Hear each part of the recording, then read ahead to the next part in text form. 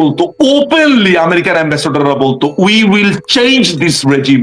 আমরা বারবারই মনে করি যে বাংলাদেশ মনে হয় অনেক গুরুত্বপূর্ণ আমেরিকার কাছে, তারা এই প্ল্যান করে সেই প্ল্যান করে। খুবই আনফর্চুনেটলি, এবং আমি অনেকের হৃদয় ভেঙে দিতে পারি আমার এই বক্তব্যের মাধ্যমে, বাংলাদেশ আসলে আমেরিকার কাছে কোনো ম্যাটার করে না। বাংলাদেশ আসলে আমেরিকার কাছে কোনো ম্যাটারই না। বাংলাদেশ হচ্ছে অনেকটা বউকে শেখানোর জন্য ঝিকে মারা। বাংলাদেশ আওয়ামী লীগকে তারা কোনোভাবে মাননীয় প্রধানমন্ত্রীকে ফিরতে দেবে না, এবং তারা যেটা মোটামুটি ঠিক করে নিয়েছিল, বাংলাদেশের কাঠামোটা এমন হবে যে তারা বাংলাদেশের জামাত ইসলামী এবং এনসিপির সমন্বয়ে একটি সরকারকে আনবে, এবং এই সরকারের আন্ডারে অ্যাটলিস্ট তারা 10 বছর মেয়াদে তাদের যে পাওনা আছে একটা শেপে তারা নিবে। এই অঞ্চলে বিশেষ করে ভারতের যেই উত্তর অঞ্চলে যেই টেনশন গুলোকে আছে, এগুলোকে তারা একটা পার্মানেন্ট রূপ দিতে চেয়েছে। মাননীয় প্রধানমন্ত্রী অনেকবার একাধিকবার বলেছিলেন যে এখানে একটি খ্রিস্টান রাষ্ট্র তৈরি করবার চেষ্টা করা হচ্ছে। তাহলে আপনি যদি এই ছোট ঘটনাটাতে একটু লক্ষ্য করেন, তাহলে ভারতের নর্দার্ন সাইডটাকে ভাঙার একটা পরিকল্পনা রয়েছে। মূলত ব্যাপারটা টার্গেট একদম শুরু থেকে ছিল ভারতকে দ্বিখণ্ডিত করা, ভারতের উত্তরাঞ্চলটাকে নিয়ে নেওয়া, এখানে একটা আলাদা একটা স্টেট করা। এটা একটা বৃহৎ পরিকল্পনার অংশ। এই পরিকল্পনাকে আমি যদি শুধুমাত্র বলি আমেরিকা, সেটা বলা যেতে পারে বটে, বাট এখানে কি অন্য কোনো স্টেক হোল্ডার রয়েছে? নামটা হয়তো আমেরিকার এসেছে বটে, বাট এখানে অন্যান্য স্টেক হোল্ডারও রয়েছে। আপনাকে একই সাথে আমি একটি এক্সিসের সাথে পরিচয় করিয়ে দিতে চাই।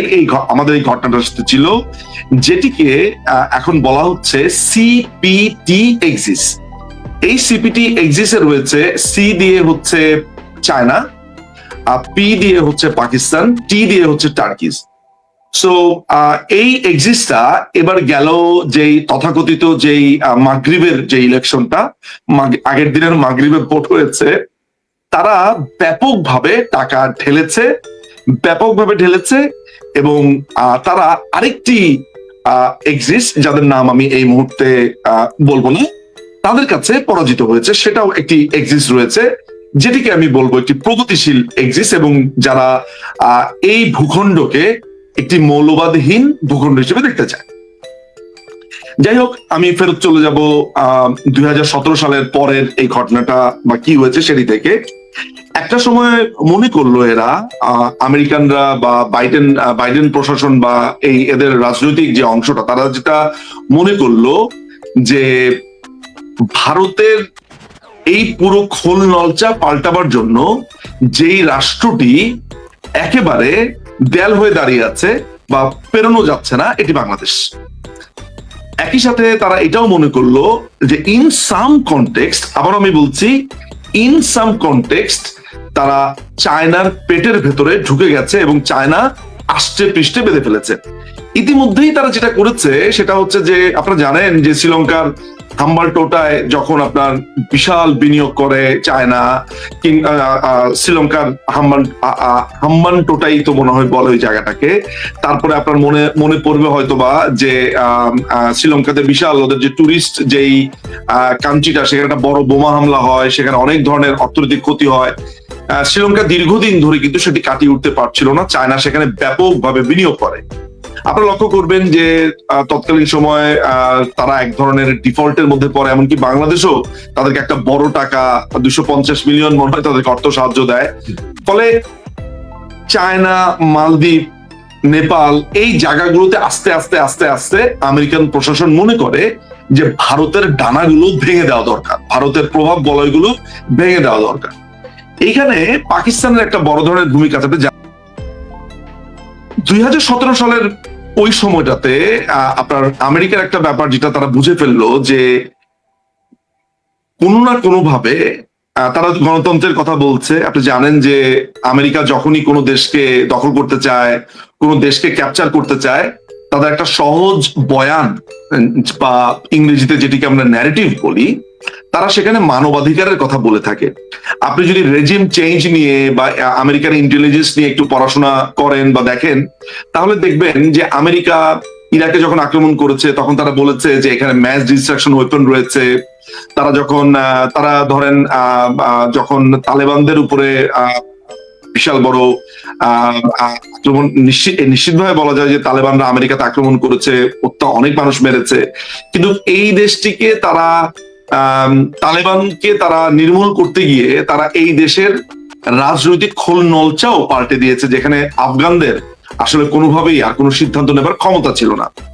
এটিও বলে নেওয়া ভালো যে আমি যখন আমেরিকা বলছি, আমি কিন্তু আমেরিকার জনগণের কথা বলছি না। কিছু কিছু প্রশাসন, রাজনীতিবিদ বা তাদের ব্যবসায়ী, এইসব জায়গাকেও বলছি, কারণ আমেরিকার অনেক সেনেটর, অনেক কংগ্রেসম্যান, তারপরে বুদ্ধিজীবী, লেখক, তাদের সাথে আমার ব্যক্তিগত যোগাযোগ হয়েছে গত 2টি বছর। আমি কত মানুষের কাছে, আমি বলাটা ভুল হবে, আমরা বিভিন্নভাবে গিয়েছি, তাদের মতামত দেখেছি। আমেরিকার জনগণ বাংলাদেশের মুক্তিযুদ্ধের সময় যখন আমেরিকান প্রশাসন বিরুদ্ধে ছিল, আমেরিকান জনগণ সেখানে কনসার্ট করেছে। ফলে আমার বক্তব্যগুলোকে একেবারেই আমেরিকার বিরুদ্ধে সরলীকরণ করা ঠিক হবে না। কেমন, এটা মাথা রাখতে হবে যে আমি যখনই আমেরিকা বলছি, আমি বলছি একটি চাঙ্কের কথা, একটি ডিপ স্টেটের কথা। ডিপ স্টেটটা হচ্ছে কিছু টাকার কুমিরদের কথা, যারা সারা পৃথিবীর ক্ষমতা বদলায়, যারা বিভিন্ন দেশে যুদ্ধ বদলায়, যাদের সাথে এখন ট্রাম্পও হয়তো পারে না। ওপেনলি আমেরিকার অ্যাম্বাসেডররা বলতো we will change this regime. তো এইভাবে তারা যেটা করেছে, ওপেনলি তারা বলতো, এবং এটা কিন্তু সরকারের কানেও আসতো। তো ওরা 3টা প্ল্যান করেছে। একটা হচ্ছে স্টুডেন্টের মাধ্যমে করবে, স্টুডেন্টটা যদি ফেল করে নভেম্বরে আশুলিয়াতে তারা একটা শ্রমিককে মেরে ফেলবে। এই শ্রমিক দিয়ে তারা শুরু করবে। এইটা যদি না হতো তাহলে তারা বাংলাদেশের একটা স্কুলে অ্যাটাক করবে, ওই স্কুলে তারা অ্যাটাক করবে। এটা আমেরিকান স্টাইলে কিলিং হতে পারে, আগুন লাগা দেওয়া হতে পারে, নানান ধরনের ঘটনা করতে পারে। এই 3টা ছিল প্ল্যান, এইটা আমি জানতে পেরেছি। এর মধ্যে হাসনাত এবং সার্জিস এরা 2টা করলো কি, তারা অনেকক্ষণ ট্রাই করেছে এইটাকে একটু কমানোর জন্য। ওরা কিন্তু তখন আপনার ডিজিএফআই অফিসেই ছিল, আমরা এগুলো জানি। আমি ব্যক্তিগতভাবে জানি যে হাসনাত অনেক ট্রাই করেছে আপনার, যাতে ওরা আন্দোলনটা না করে। ওই সার্জিসও ট্রাই করেছে, ওরা একেবারে ট্রাই করেছে। এখন যখন শেষ পর্যন্ত আওয়ামী লীগ গভর্নর থাকলো না, ওরাও করলো কি, যে দেখলো যে ঝাঁকের কোয়ের সাথে যদি না মিশা যায় তাহলে তো মাইরটা খাইতে হবে সবার কাছে। এরা এখন হয়ে গেছে সবচেয়ে বড় আওয়ামী লীগ বিরোধী। এইটা কিন্তু ওদের দলের সবাই জানে যে ওই ঘটনার সময় হাসনাত এবং সার্জিস ডিজিএফ অফিসে ছিল। আই নো দ্যাট, কোথায় ছিল, কোথায় মানে কারা ডিল করেছে, আই নো ইট। কত কাহিনী আছে রে ভাই। আমি তো তখন চেন্নাইতে, আমি তো 17ই জুন থেকে চেন্নাইতে আম্মাকে নিয়ে। বলতে দ্বিধা নাই যে আমি মনে হয় এই আমি এটা খারাপ জিনিস যদিও, বাট তখন তো ইন্টারনেট বন্ধ। তো কোনো না কোনো ভাবে হয়তো অনেকের সাথে করেছে, বাট কোনো না কোনো ভাবে আমার সাথে বাংলাদেশের কিছু আমার যারা বন্ধু বান্ধব আছে তারা আমার সাথে যোগাযোগ করলো, যারা গোয়েন্দা তথ্যগুলো পেয়েছে। আমি তখন বুলেটিন 1, বুলেটিন 2, বুলেটিন 3 এইটা করে লেখা শুরু করলাম। ভাই বিশ্বাস করেন, আমার আম্মা আইসিইউতে, আমি আইসিইউর ডোরের সামনে ব্লগিং করছি, আমার বোন ক্যামেরা ধরে আছে, ছোট বোন, আমি ব্লগিং করে যাচ্ছি। কেউ তো জানতেও পারছে না পিছনে ডোরে আম্মার নাকের উপরে অক্সিজেন মাস্ক লাগানো। আমার আম্মা মারা যাচ্ছে, and we are doing blogging and stuff গভর্নমেন্টকে বাঁচানোর জন্য। বুঝতে পারছেন? তো অবভিয়াসলি আর্মিকে নামা দিল।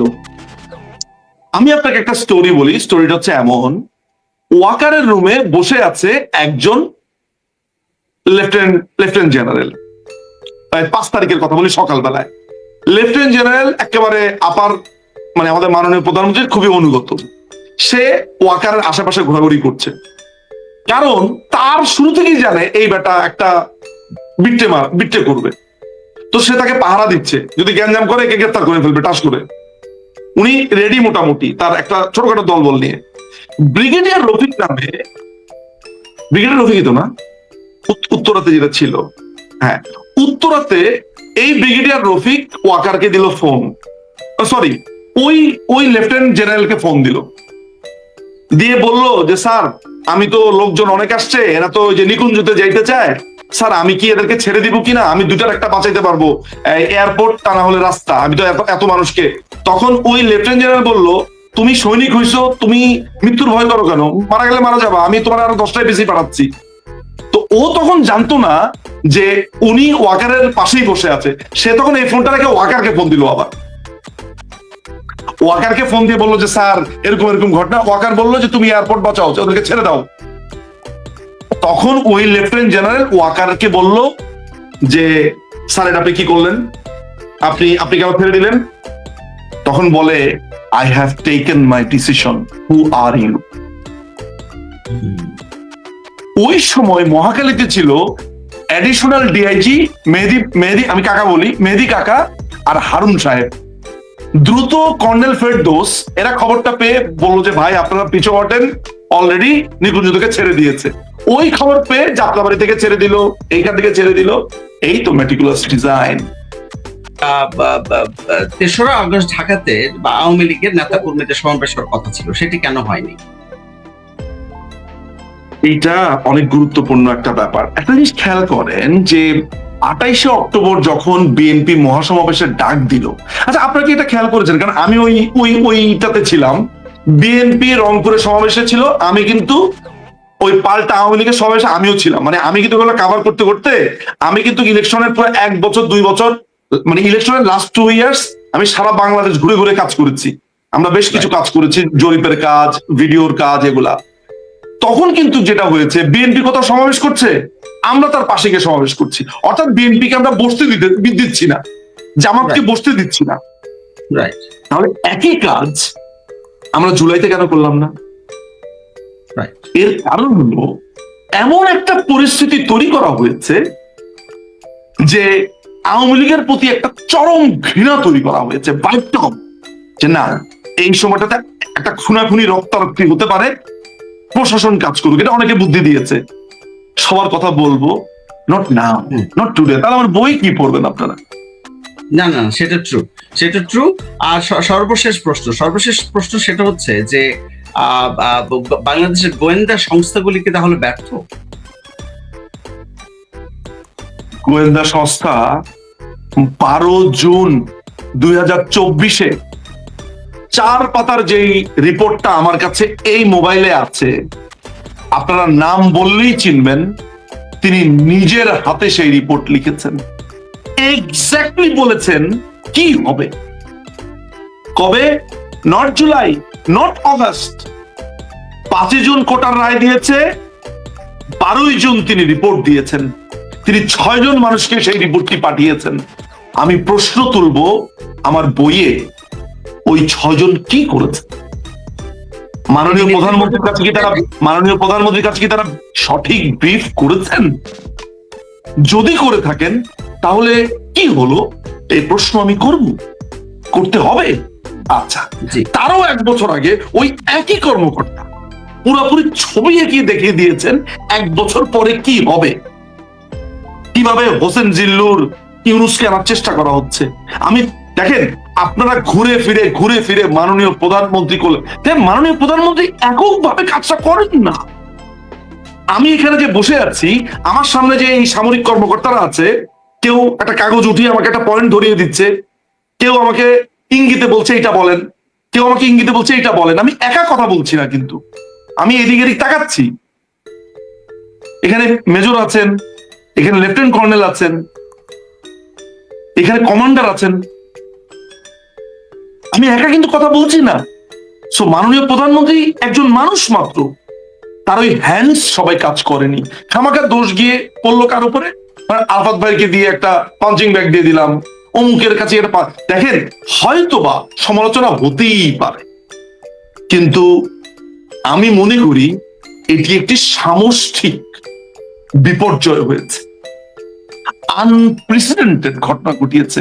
এজন্যই তো এটির নাম ছিল মেটিকুলাস ডিজাইনড প্ল্যান।